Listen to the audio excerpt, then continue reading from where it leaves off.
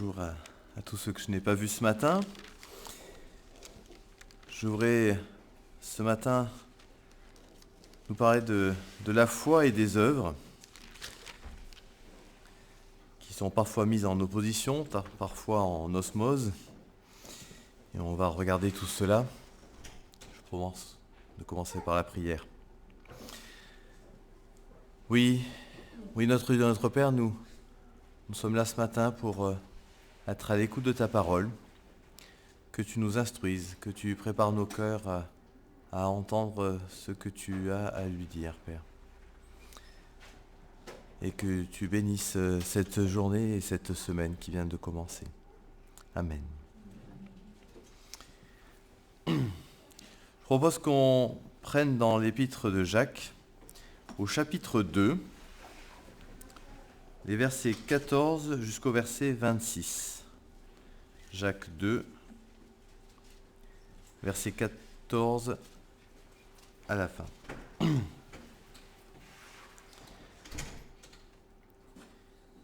Mes frères, quel profit y a-t-il si quelqu'un dit qu'il a la foi et qu'il n'est pas d'œuvre?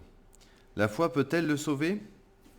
Et si un frère ou une sœur sont nus et manquent de leur nourriture de tous les jours, et quelqu'un d'entre vous leur dise « Allez en paix, chauffez-vous, rassasiez-vous », et que vous ne leur donniez pas les choses nécessaires pour le corps, quel profit y a-t-il?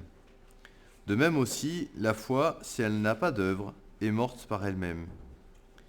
Mais quelqu'un dira « Tu as la foi et moi j'ai les œuvres. Montre-moi ta foi sans œuvres. » Et moi, par mes œuvres, je te montrerai ma foi. Tu crois que Dieu est un, tu fais bien. Les démons aussi y croient, et ils frissonnent. Mais veux-tu savoir, ô homme vain, que la foi sans les œuvres est morte? Abraham, notre père, n'a-t-il pas été justifié par des œuvres, ayant offert son fils Isaac sur l'autel? Tu vois que la foi agissait avec ses œuvres, et par les œuvres, la foi fut rendue parfaite. Et l'Écriture a été accomplie qui dit « Et Abraham crut Dieu, et cela lui fut compté à justice. Et il a été appelé ami de Dieu. » Vous voyez qu'un homme est justifié par les œuvres et non par la foi seulement. Pareillement, Rahab aussi, la prostituée, n'a-t-elle pas été justifiée par les œuvres, ayant reçu les messagers et les ayant mis dehors par un autre chemin? Car comme le corps Saint-Esprit est mort, ainsi aussi la foi sans œuvre est morte.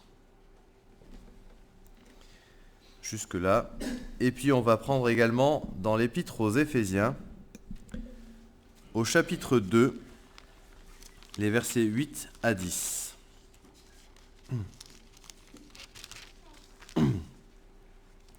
Épître aux Éphésiens, chapitre 2, versets 8 à 10.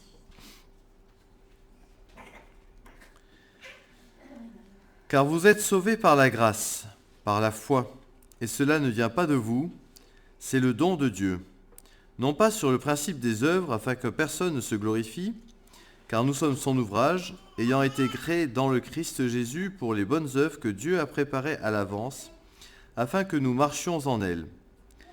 C'est pourquoi, souvenez-vous que vous, autrefois les nations dans la chair, vous étiez appelés incirconcision par ce qui est appelé circoncision, faite de main dans la chair. Vous étiez en ce temps-là sans Christ, sans le droit de cité en Israël, et étrangers aux alliances de la promesse, n'ayant pas d'espérance, et étant sans Dieu dans le monde. Mais maintenant, dans le Christ Jésus, vous qui étiez autrefois loin, vous avez été approchés par le sang du Christ. Je vais un peu plus loin, mais... Nous avons deux passages qui nous parlent ici de la foi, de la grâce, être sauvé, et des œuvres.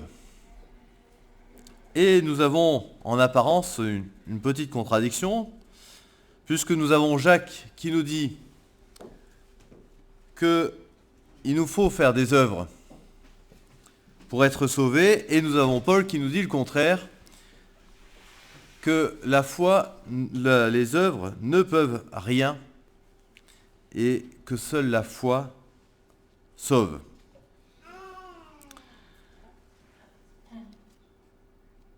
Mais si on précise bien, on va relire aussi dans Romains 3, verset 28, juste un verset de Paul.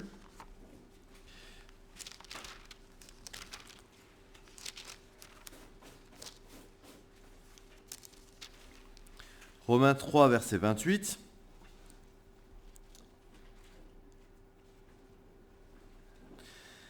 Car nous concluons que l'homme est justifié par la foi sans œuvre de loi.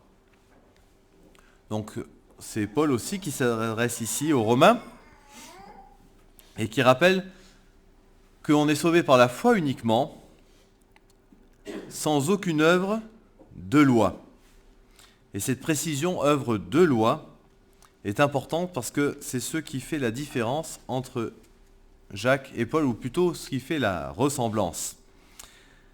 Car ils ne sont pas en opposition, mais ils ont abordé l'aspect des œuvres de deux manières différentes. Lorsque Paul parle des œuvres, en opposition avec la foi, il qualifie des œuvres de loi, c'est-à-dire des œuvres de religion, des œuvres que l'on fait pour être sauvé.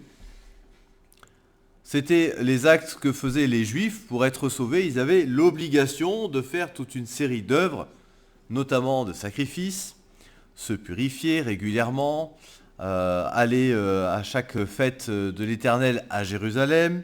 On pourrait appeler ça aujourd'hui des pèlerinages. Toute cette série d'œuvres était obligatoire dans l'Ancien Testament pour pouvoir être sauvé aux yeux des Juifs. Ce sont des œuvres de loi. Et les œuvres que Paul réfute, ce sont ces œuvres-là. Les œuvres qui sont faites pour être sauvées, elles ne servent à rien parce qu'on ne peut pas être sauvé. On est sauvé par la grâce, par la foi. Alors que si on regarde les œuvres dont parle Jacques, eh bien Jacques, heureusement, nous donne deux exemples de ces œuvres à faire. Il prend l'exemple d'Abraham. Et quel exemple? Lorsqu'on pense aux bonnes œuvres qu'on aurait à faire pour être sauvé, on ne penserait pas du tout à ces œuvres-là. L'œuvre qu'a fait Abraham, c'est d'aller sacrifier son fils. Si on est au regard de la loi, c'est un crime, non seulement de tuer, mais en plus d'offrir les enfants. Dieu dit par ailleurs qu'il a en horreur le sacrifice des enfants. Donc ça serait plutôt un crime, tout le contraire d'une œuvre bonne, contraire à la loi. Mais ce que l'on voit dans ce sacrifice qu'a fait Abraham, c'est non pas une œuvre de bienfaisance, mais c'est un acte de foi. On voit dans ce qu'a fait Abraham qu'il avait foi en ce que Dieu lui demandait de faire et en la puissance de Dieu pour le sauver, pour ressusciter même son fils. Quant à Rahab, c'est pareil, on ne peut pas dire que c'était une œuvre de bienfaisance qu'elle a accomplie, puisqu'elle a accueilli des espions chez elle, elle les a cachés, et elle les a aidés à s'enfuir, ce qu'aujourd'hui on appellerait un acte de haute trahison, passible de peine de mort. Ce n'est pas non plus les bonnes œuvres auxquelles on pense quand on parle des œuvres. Mais là aussi, cette œuvre-là, c'est une œuvre de foi. C'est une œuvre qui va nous montrer comment Rahab avait foi en Dieu, au Dieu d'Israël, le Dieu tout-puissant, qui avait pu délivrer Israël jusque-là, et elle avait foi en ce que ce Dieu-là allait délivrer encore Israël en prenant cette ville de Jéricho. Abraham comme Rahab ont fait des œuvres de foi. Ces œuvres qui montrent la foi qu'ils ont en Dieu, qui prouvent, qui démontrent qu'ils ont une confiance absolue en Dieu. Et ce n'est pas ce qui va les sauver. Ils sont déjà sauvés parce qu'ils ont la foi. Et par leurs œuvres, par ces œuvres de foi, ils vont démontrer qu'ils ont une confiance absolue en Dieu.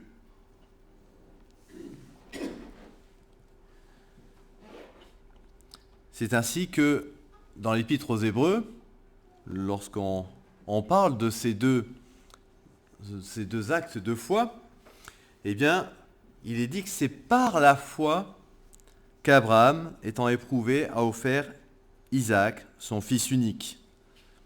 Hébreux 11 au verset 17. Il est dit aussi au verset 31, « Par la foi, Rahab ne périt pas avec ceux qui n'ont pas cru, ayant reçu les espions en paix. » C'est toujours par la foi que Rahab ou qu'Abraham ont fait ces actes, qu'ils ont démontré leur foi.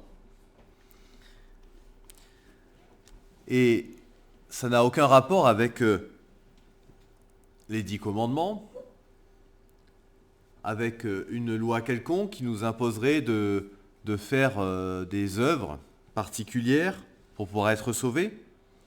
Mais ce sont bien des actes qui témoignent de leur foi. C'est des actes de témoignage, d'évangélisation, on pourrait dire. On va lire dans le psaume 49, les versets 7 et 8.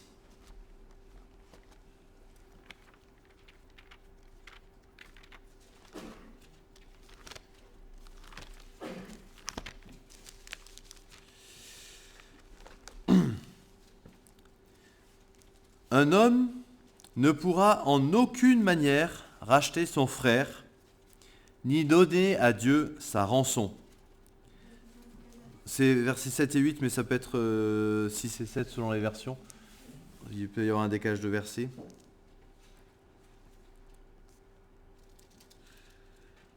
Ou 9, ou 8 et 9, je ne sais plus, selon les versions. Psaume 49, hein. Un homme ne pourra en aucune manière racheter son frère, ni donner à Dieu sa rançon, car précieux est le rachat de leur âme, et il faut qu'il y renonce à jamais. Ça doit être 8 et 9, je pense. Ouais. Il est impossible pour l'homme de faire quoi que ce soit pour pouvoir racheter son âme. L'homme est perdu, il ne peut rien y faire. Mais au sein de ce même verset, de ce même psaume, un peu plus loin, au verset 15, au verset 14, « Mais Dieu rachètera mon âme de la puissance du Sheol, car il me prendra. » Sheila. L'homme ne peut rien faire pour être sauvé, mais c'est Dieu qui a fait le nécessaire pour pouvoir le sauver. C'est Dieu qui a accompli toute œuvre bonne et nécessaire pour pouvoir le sauver. L'exemple, j'ai envie de dire, absolu, pour comprendre cela, ce serait de dire, le brigand sur la croix, quelle œuvre a-t-il accompli pour pouvoir être sauvé ? On va lire rapidement ce passage dans Luc chapitre 23. Luc chapitre 23, verset 32 jusqu'au verset 43. Luc chapitre 23, verset 32.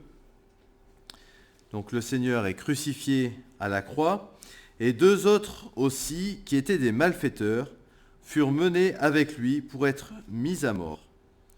Et quand ils furent venus au lieu appelé Crâne, ils le crucifièrent là, et les malfaiteurs, l'un à la droite, l'autre à la gauche.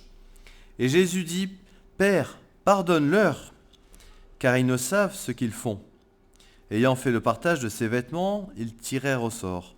Et le peuple se tenait là, regardant. Et les gouverneurs aussi se raillaient de lui avec eux, disant, « Il a sauvé les autres, il ne peut se sauver lui-même. si lui est le Christ, l'élu de Dieu. Et les soldats aussi se moquaient de lui, s'approchant de lui, présentant du vinaigre, et disant, « Si toi, tu es le roi des Juifs, sauve-toi toi-même. » Et il y avait aussi au-dessus de lui un écriteau en lettres grecques, romaines et hébraïques, « Celui-ci est le roi des Juifs. » Et l'un des malfaiteurs, qui était pendu, l'injuriait, disant, « N'es-tu pas le Christ, toi ? Sauve-toi toi-même, et nous aussi. » Mais l'autre, répondant, le reprit, disant, « Et tu ne crains pas Dieu, toi, car tu es sous le même jugement. Et pour nous, nous y sommes justement, car nous recevons ce que méritent les choses que nous avons commises.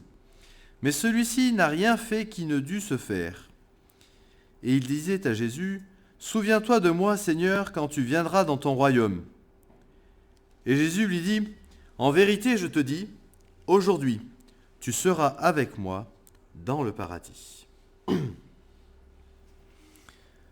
Il y a quelques années, je discutais avec une élève en étant en voyage en Espagne, voyage pédagogique.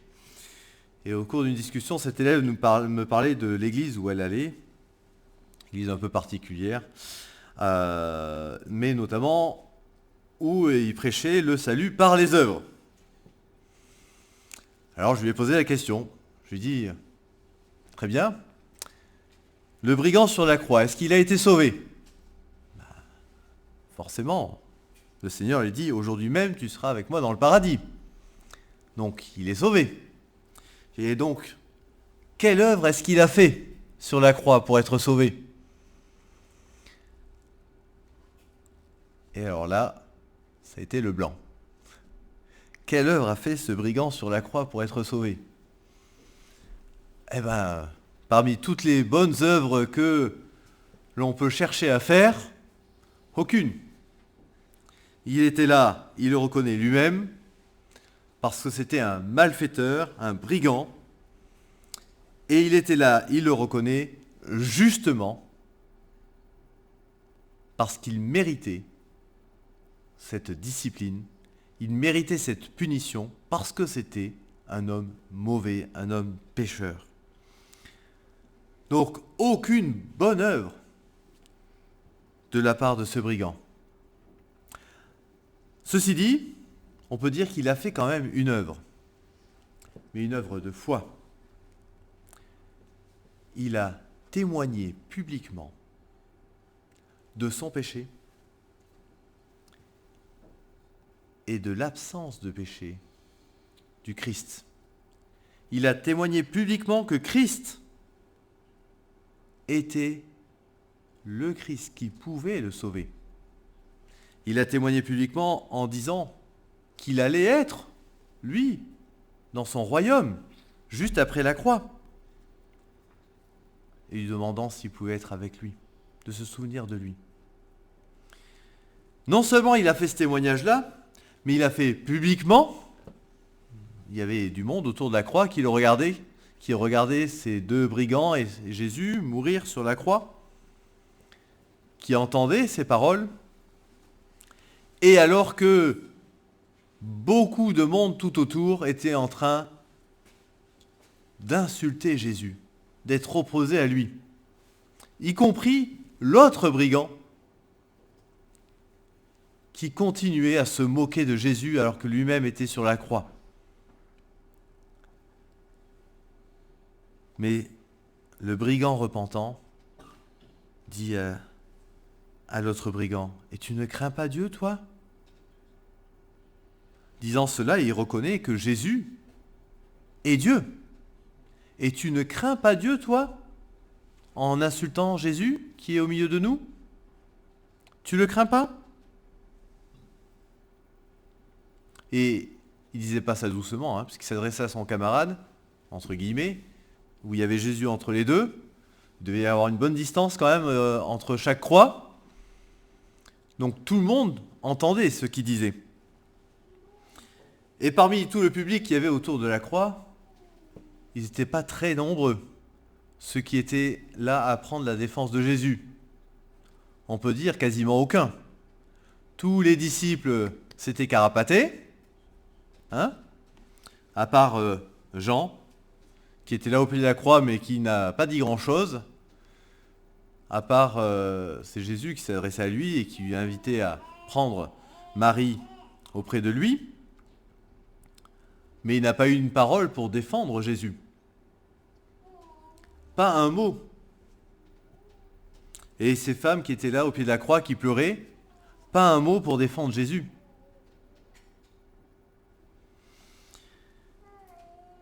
Il n'y a guère que ce brigand qui a pu témoigner. Et puis le soldat romain aussi qui a reconnu que certainement celui-ci était fils de Dieu. Il n'y a que ces deux personnages-là qui sont venus pour témoigner. Et le seul qui a vraiment témoigné, c'est un brigand. Et bien on peut dire que l'œuvre qu'a fait ce brigand, c'est une œuvre de foi.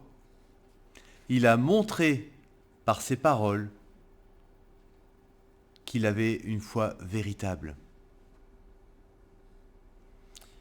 Cette foi, cette œuvre de foi, était le témoignage qu'il croyait au Seigneur Jésus, qu'il croyait que le Seigneur Jésus pouvait le sauver. Alors il n'avait pas tout compris certainement. Il est fort probable qu'il n'avait pas compris que Jésus était en train de mourir à sa place pour lui à la croix. C'est peut-être plus difficile à comprendre quand lui-même était sur la croix. Mais mourir pour ses péchés. Mais il savait que Jésus était là pour le sauver. Alors quel est donc le but des œuvres dont parle Jacques ? Eh bien tout simplement de démontrer la foi existante, si elle existe vraiment. C'est ce qu'il dit au verset 14, donc on retourne dans Jacques chapitre 2. Au verset 14, il nous dit « Mes frères, quel profit y a-t-il si quelqu'un dit qu'il a la foi et qu'il n'est pas d'œuvre ? La foi peut-elle le sauver ?» Là, Jacques nous parle de ceux qui professent être chrétiens, qui disent qu'ils ont la foi, mais qui ne donnent aucune preuve de cette foi. C'est un peu comme les enfants qui disent toujours « Moi, je sais faire ça, moi, je sais faire ci, je sais. » Mais pour qu'on les croie, il faut qu'ils passent à l'action, parce que généralement, quand ils passent à l'action, on voit que finalement, non, ils ne savaient pas faire. Ils ne savaient rien. Eh bien, ceux qui disent que j'ai la foi, mais qui n'ont pas les œuvres, en fait, cette foi, elle n'existe pas. Elle est fausse. C'est juste une proclamation en l'air, ce qu'on appelle des chrétiens de nom, mais il n'y a aucune foi.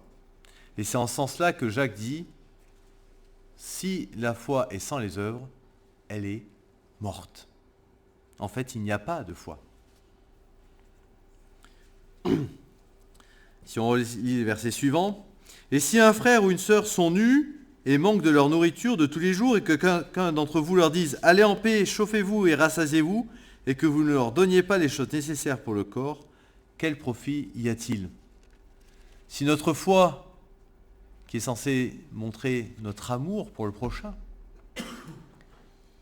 elle n'est qu'en parole, et non pas en acte, si on ne témoigne pas de l'amour envers notre prochain en lui disant d'aller se chauffer, mais qu'on ne lui donne pas ce qu'il faut pour aller se chauffer, ou pour s'habiller, ou pour manger, c'est que notre foi, elle n'existe pas.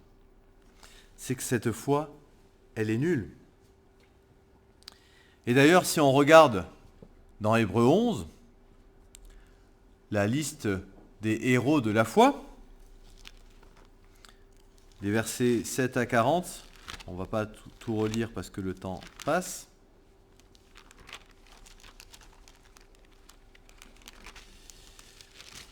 Mais juste quelques exemples.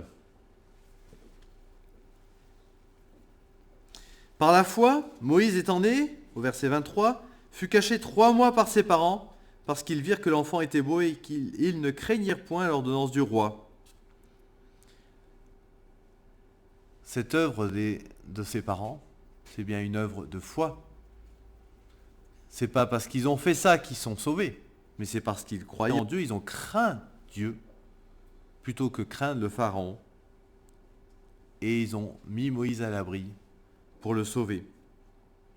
Par la foi, Moïse, étant devenu grand, refusa d'être appelé fils de la fille du Pharaon, choisissant plutôt d'être dans l'affliction avec le peuple de Dieu que de jouir pour un temps des délices du péché, etc.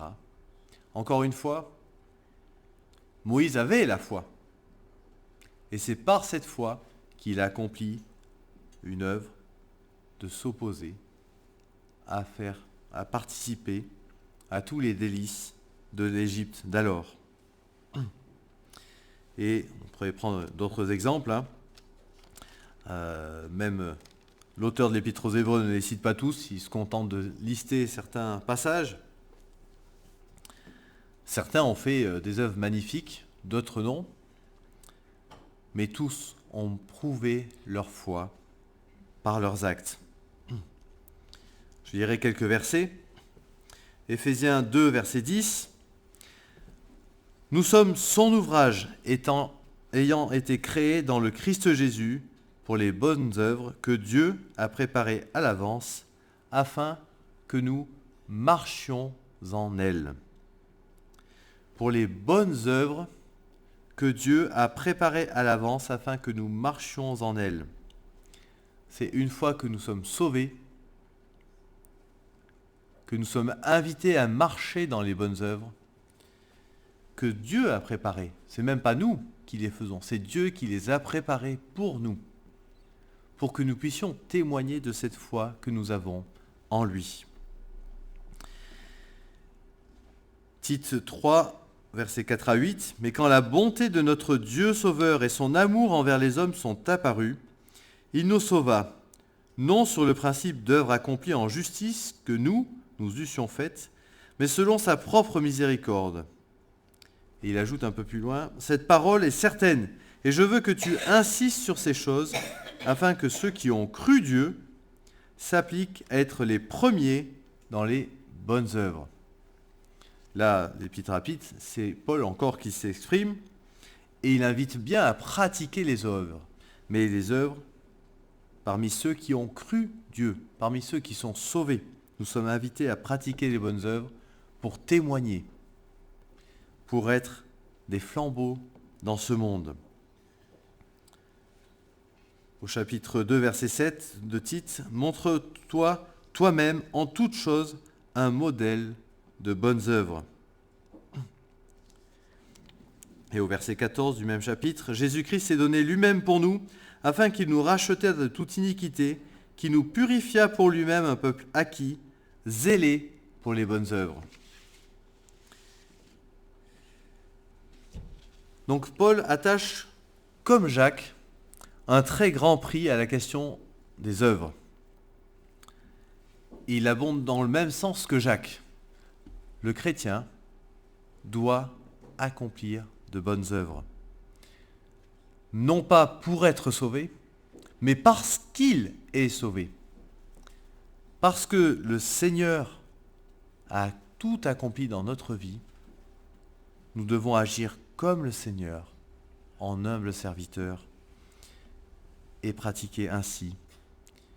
Il vient par exemple, au Hébreux 13, verset 12, nous rappelle « N'oubliez pas l'hospitalité, quand en l'exerçant, quelques-uns ont logé des anges sans le savoir. » Ou Romains 12, verset 13, « Pourvoyez aux besoins des saints, c'est les aumônes, exercez l'hospitalité encore. » Les bonnes œuvres, elles ne manquent pas, mais elles ne doivent pas être faites pour gagner le salut.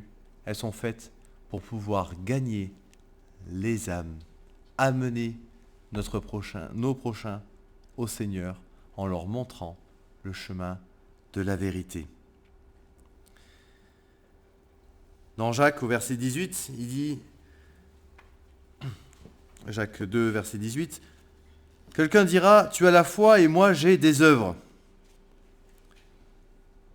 Et puis, il n'a pas ajouté, « Montre-moi ta foi sans œuvre et moi je te montrerai mes œuvres sans la foi. » Mais il dit, « Montre-moi ta foi sans œuvre. » Ce qui est impossible, si la foi est réelle, on ne peut pas montrer la foi sans les œuvres. Parce que la foi, par définition, dans Hébreux 11, toujours le premier verset, il est dit « Or la foi est l'assurance des choses qu'on espère et la conviction de celles qu'on ne voit pas. » Par définition, la foi, on ne peut pas l'avoir. Si on ne fait pas les œuvres, on ne peut pas avoir la foi. Comment montrer la foi sans les œuvres ? C'est impossible. Mais Jacques dit, moi je montrerai ma foi par mes œuvres. J'ai la foi et c'est les œuvres qui vont me permettre de démontrer cette foi, de témoigner cette foi. Et d'ailleurs, même les démons, il nous est dit dans ce passage, même les démons croient en Dieu. Donc il n'y a rien d'extraordinaire à croire en Dieu. Ils savent que Dieu existe et ils frissonnent, ils en ont peur. La foi seule en l'existence de Dieu ne suffit pas. Mais la foi avec les œuvres nous permettent de montrer ce qui ne se voit pas, que Dieu habite en nous, que l'Esprit de Dieu a son temple en nous pour nous permettre de pratiquer les bonnes œuvres. Amen. Je relaisse la place à Trésor pour conclure ce moment de culte.